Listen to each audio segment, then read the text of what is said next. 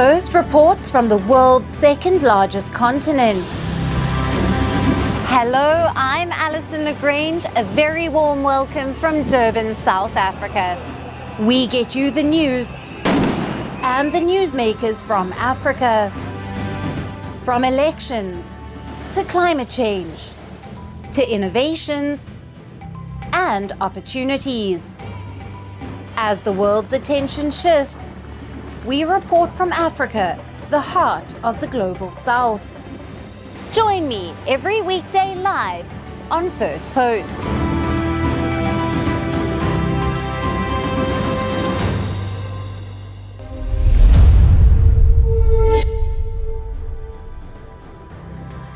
Hello and welcome to Firstpost Africa, where we get you the top stories from the continent and from across the world. I'm Alison Lagrange, coming to you live from Durban, South Africa. First, let's take a look at the headlines. Ukraine summons the US diplomat in Kiev, warning that any delay in American military aid would encourage Russia. This as Washington temporarily halts some weapon shipments amid depleting stockpiles. Germany and the UK will reportedly sign a defence treaty on the 17th of July, including mutual assistance in case of threats. The move signals Europe's push for closer ties and less reliance on the US under President Trump. An African Union helicopter with 8 people on board crashes at the airport in Somalia's capital Mogadishu, killing at least 3. Search and rescue operations continue to retrieve the remaining passengers and crew. Heatwave woes continue across Europe. 2 people die in France from heat-related illness as the country sees its second hottest June on record. And Australia blocks US rapper Kanye West's entry over a song praising Hitler. Controversial artist, who has identified as a Nazi, is known for his anti-Semitic statements.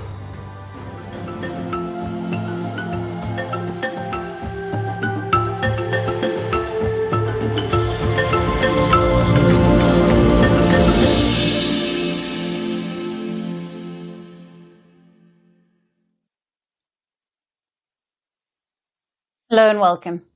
We start with Indian Prime Minister Narendra Modi's 5-nation visit. His first stop is the West African nation of Ghana, where he will be hosted by the country's President John Dramani Mahama. Now, before leaving New Delhi, Prime Minister Modi called Ghana a valued partner in the global south, adding that Accra plays an important role in the African Union and the Economic Community of West African States, or ECOWAS. The Indian Prime Minister will attend a state dinner and address Ghana's parliament. He will be the first Indian Prime Minister to do so.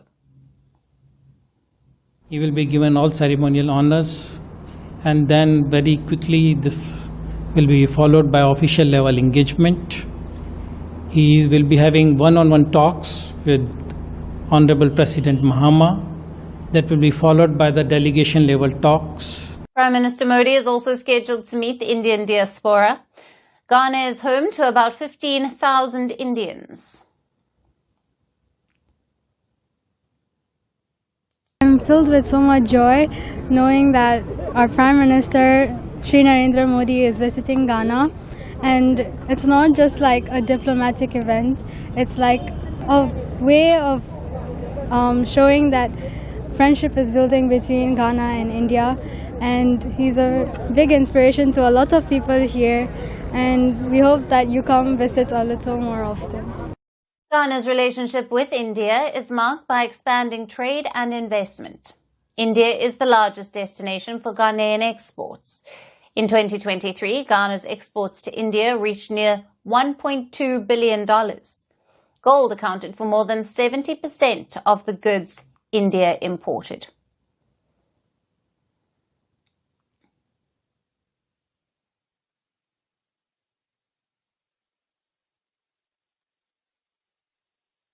Now, Prime Minister Modi's visit will focus on expanding cooperation in other sectors like defence, investment, energy, health, security and development. He will oversee the establishment of a vaccine hub and this is to bolster Ghana's healthcare infrastructure. Prime Minister Modi will also visit Kwame Nkrumah Memorial Park, where the country's independence was declared. Now, after Ghana, Prime Minister Modi will head to the Caribbean nation of Trinidad and Tobago, and then to Argentina. And he will be the first Indian Prime Minister to visit the South American nation in 57 years. After Buenos Aires, the Indian Prime Minister will head to Brazil for the BRICS 2025 summit, marking the first bilateral state visit by an Indian Prime Minister in nearly 6 decades. Before heading home, the Indian Prime Minister will once again make a stop in Africa. For the final leg of his tour, he will visit Namibia. Now, marking the first visit by an Indian Prime Minister in 27 years, Prime Minister Modi described the South African nation as a trusted partner, citing that India and Namibia's common history of struggle against colonialism. And he will meet with President Netembo Nandi-Ndaitwah and will address the Namibian Parliament. Now, Prime Minister Modi will oversee the setting up of India's unified payments interface in Namibia, as both countries have signed agreements for the same. With the Namibia visit, Prime Minister Modi will conclude his longest diplomatic mission in Africa in 10 years. Prime Minister Modi's visit to African and Latin American nations comes amid India's diplomatic push for the global south. It aims to reinforce partnerships on both sides of the Atlantic. Now, for more on this, we are being joined by Dr. Kwaku Nuama, the Professor of International Studies at the American University. He is a citizen of Ghana, currently joining us live from Washington, D.C. Thank you for being with us, Doctor. Thanks for having me, Alison. Now, what is the strategic significance of Ghana being the first stop on Prime Minister Modi's 5-nation tour? And how does it reflect India's priorities in West Africa? Very good question. It basically says that Ghana is important to India's image as a leader in the global south. And there are a number of reasons for this. At the national level, you can see the deep cultural ties between the two countries. And it goes back to relationship between Pandit Nehru and Kwame Nkrumah, who were partners in the Bandung Conference and in setting up the non-aligned movement. And India has always had close ties to Ghana. There's significant cultural, economic ties. There's a large Indian diaspora in Ghana. And that's important. And President Mahama actually visited India in 2015. So this is at that level, this is significant. But you also have regional aspects of this, where India is trying to position itself as a major trading partner to the West African sub-region, and it sees Ghana as the entry port for that kind of engagement as it seeks critical mineral, and it seeks to find access to oil and other, and also markets for India manufacturing, and that's important. Then also there's a global dimension to this as India begins to probably challenge China as a hegemon in the global system, and it sees Ghana as an important partner in that effort as well. So there are many ways of looking at this visit. Yes. Absolutely. And Prime Minister Modi is set to address the Ghanaian Parliament. This is the first by an Indian Prime Minister. What message is India aiming to send through this historic gesture? And how might it resonate with Ghana's political and economic spheres? So going to Parliament highlights the fact that India is a democracy, unlike China. And that's important for countries in Africa who are beginning to question whether democracy is the proper channel through which to do development. India is a country that's managed to develop without abandoning a democratic governance. So going to Parliament highlights that, and it essentially elevates India slightly above China when it comes to development planning in a stable environment. But this is also the choice of the host because they didn't have to do parliament, but they're doing parliament because it gives them the most visibility. And that's important for the Mahama administration. It is brand new and it is looking for ways of demonstrating international support for its own tenure. And so this is a win-win for both the host and for the guest. Yes. And what potential areas of bilateral cooperation are likely to be announced or even strengthened during this visit, especially in trade, technology, and capacity building? And how might this shape India-Ghana relations going forward? So you've already mentioned the vaccine hub, for example. Ghana imports a significant amount of vaccines and pharmaceuticals from India, generics, and it is trying to set up this hub for West Africa. So this is important. But India has significant economic ties to Ghana. It's invested heavily in gold refining, for example. It imports a lot of gold from Ghana, diamond for cocoa as well. It's invested in infrastructure, railway lines, all of those things. So the existing businesses are probably going to get a boost. There's a huge ICT cooperation arrangement that's there. But you also have the opportunity to explore new areas. And one thing that's important, I was in Accra just last week, and Ghana was hosting a China-Ghana business summit. One of the things that came up was security infrastructure for economic development. As Ghana and West Africa in general moves into e-commerce, they need a lot of help building that infrastructure, security infrastructure for that. And this is one growth area where you might see emphasis being placed. And I think India is a leader in that field.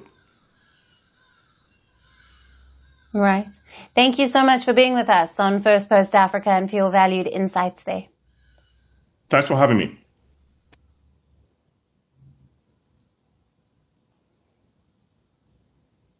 Shifting focus to Mali now, Al-Qaeda-linked terrorists have launched a series of coordinated attacks on military bases across multiple towns in the West African nation. This marks the third major assault on the Mali army in the past month alone. Residents across Mali woke up to chaos as heavy gunfire and explosions rang out across several regions. The army says attacks took place in 7 locations, spanning central and western parts of the country. Now, these include the major city of Kis, as well as Sandere, near the border with Senegal. Later, Mali's military claimed it had neutralized over 80 terrorists in the clashes. The enemy has suffered significant losses wherever they have attacked the defense and security forces. The provisional toll reports more than 80 terrorists neutralized along with the recovery of a substantial arsenal of war. The attacks are claimed by Jainim, an Al-Qaeda-linked group. The group says it had taken total control of 3 military barracks and dozens of checkpoints during the offensive. Now, Jainim is an Al-Qaeda affiliate. It was formed in 2017 as a merger of several Sahel-based Islamist factions. It seeks to establish an Islamic emirate in West Africa. The group has stepped up operations across the region, and experts say it aims to expand into Senegal and Mauritania from its base in Mali. The group also claimed responsibility for 2 major attacks earlier this month.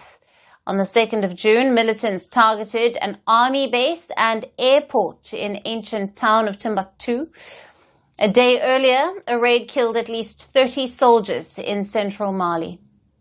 Mali, ruled by a military junta since 2020, has been battling Islamist insurgencies for over a decade, primarily from groups tied to Al-Qaeda and the Islamic State. The junta came to power promising to tackle terrorism more effectively, but recent weeks have seen a surge in violence across the broader Sahel region, including neighboring Burkina Faso and Niger. All 3 military-led states have pushed out Western forces, including French and UN troops. They have instead teamed up with Russia. However, Russian mercenaries have also suffered their heaviest losses yet in Mali in clashes with terror groups. Meanwhile, the United States continues to sound the alarm. It has recently warned that Islamist groups operating in the Sahel are now seeking access to West Africa's coastline. Officials have even said that the groups like JNIM have the ability to launch an attack inside the United States. So as terrorists gain ground, Mali and its neighbor states stare down a deepening security crisis. With attacks spreading and coastal states, the Sahel's battle against terror appears to have entered a dangerous new phase.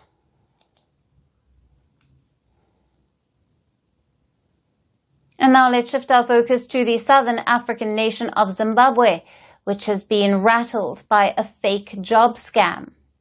Online scammers have been targeting job seekers in Zimbabwe. These scammers have been luring those in dire need of jobs with false promises of employment opportunities in Kenya. Now, the widening scam forced Zimbabwe's President Emmerson Mnangagwa's government to issue an alert for its citizens. In one of the alerts, Zimbabwe's Ministry of Foreign Affairs and International Trade exposed a Facebook page named Zimbabwe Embassy Kenya. The fraudsters claimed that they were hiring staff for the Embassy of Zimbabwe in Nairobi, and the page offered a list of job offers that required a payment of more than 48,000 Kenyan shillings. This accounts to about $375. The scammers claimed that this money was to obtain an Africa Regional Labour Accreditation Certificate. The page was created on the 14th of June by unknown individuals or groups. The Zimbabwean government said that the page has no official affiliation with it. It further cautioned the citizens, adding that all official recruitment into the public service is done solely by the country's Public Service Commission. The Zimbabwean government said that these recruitment processes are free of charge. The authorities urged the public to remain vigilant and to verify the authenticity of job offers through official government offices or embassies. The latest scam advisory comes amid a rise in online employment scams in the country. Last month, the Zimbabwe Republic Police also issued a similar warning. It urged the public to avoid seeking employment through unverified social media contacts. The advisory followed a disturbing incident in which a 30-year-old woman was raped and robbed. The police said that the woman was lured into a trap after being offered a job as a shopkeeper. She was contacted by an unidentified individual with WhatsApp. And in January, more than 40 of Zimbabweans were stranded in Sierra Leone, where they were lured to the West African nation by false promises of lucrative jobs. On arrival, the group discovered that no such jobs were available. Zimbabwe is currently facing a severe economic crisis, and the country reels under high inflation and widespread poverty. Now, it has an unemployment rate of over 8%. Under these grim circumstances, these fraudsters prey on vulnerable job seekers by giving them false hopes of a stable income and a better future.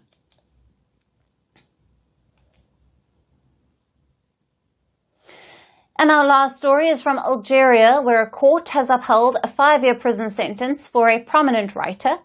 It's a case that has become a major flashpoint in Algeria's strained relations with former colonial power France. An Algerian appeals court on Tuesday upheld the 5-year sentence against the French-Algerian author Boualem Sansal. The verdict was closely watched in both France and Algeria. While the court confirmed the original sentence, it rejected a request from prosecutors who had called for the maximum 10-year penalty during last week's hearing. Sansal is 80 years old and is also a cancer patient. He is known for his vocal criticism of the Algerian government. Islamist groups stand for comments that challenged Algeria's post-independence history. He claimed that France unfairly ceded Moroccan territory to Algeria, sparking outrage in the North African country. He was arrested in November of last year and received a 5-year sentence in March of this year. Sansal now has 8 days to file a final appeal before Algeria's Supreme Court. His French lawyer said that he would consult with Sansal before deciding whether to pursue a further legal challenge. The author faced multiple charges, including those of undermining national unity, insulting state institutions, and harming the new national economy, and possessing publications threatening national security. In court, Sansal argued the case against him makes no sense, saying the Algerian constitution guarantees freedom of expression and conscience. France has called the verdict incomprehensible and unjustified. French Prime Minister had expressed hope that the Algerian President, Tebboune, would grant a pardon. President Macron has also urged Tebboune to show mercy and humanity toward the author. The situation that Boualem Sansal is enduring is a situation that all French people and the French government find unbearable, and rightfully so. Now that there has been a conviction, measures of leniency, particularly based on the health of our compatriot, can be envisioned. I have no doubt, and I know that all executive bodies, from the President of the Republic to the government, are acting in this direction, so that humanity may prevail in a case that is unbearable for the French. The acclaimed writer is increasingly being seen as collateral damage in a broader geopolitical rift between France and Algeria. Tensions have escalated since France shifted its position on the Western Sahara, backing Morocco's autonomy plan over the disputed territory. Now that move deeply angered Algeria, which has long supported the Polisario Front, a separatist group seeking independence for Western Sahara. Since then, the two countries have clashed over migration, visa restrictions, and Algeria's accusations of French interference. Sansal's case has drawn major attention in France, but has divided public opinion in Algeria. Many view his comments as a provocation and an affront to national pride, while others argue that there should be no place for writers in prison. Rights groups say that his case is a part of a broader crackdown, with hundreds of journalists, writers, lawyers, and activists imprisoned for speech-related offences in recent years. Many have been charged under the anti-terrorism laws, similar to the ones used against Sansal. In many ways, Boualem Sansal has become a writer caught in the middle of the ever-worsening France-Algeria saga. His case symbolizes how political conflicts can spill over, turning individuals into symbols in a much larger struggle. And that's it on the show for today. We'll see you again tomorrow at the same time. Thank you for watching, and goodbye.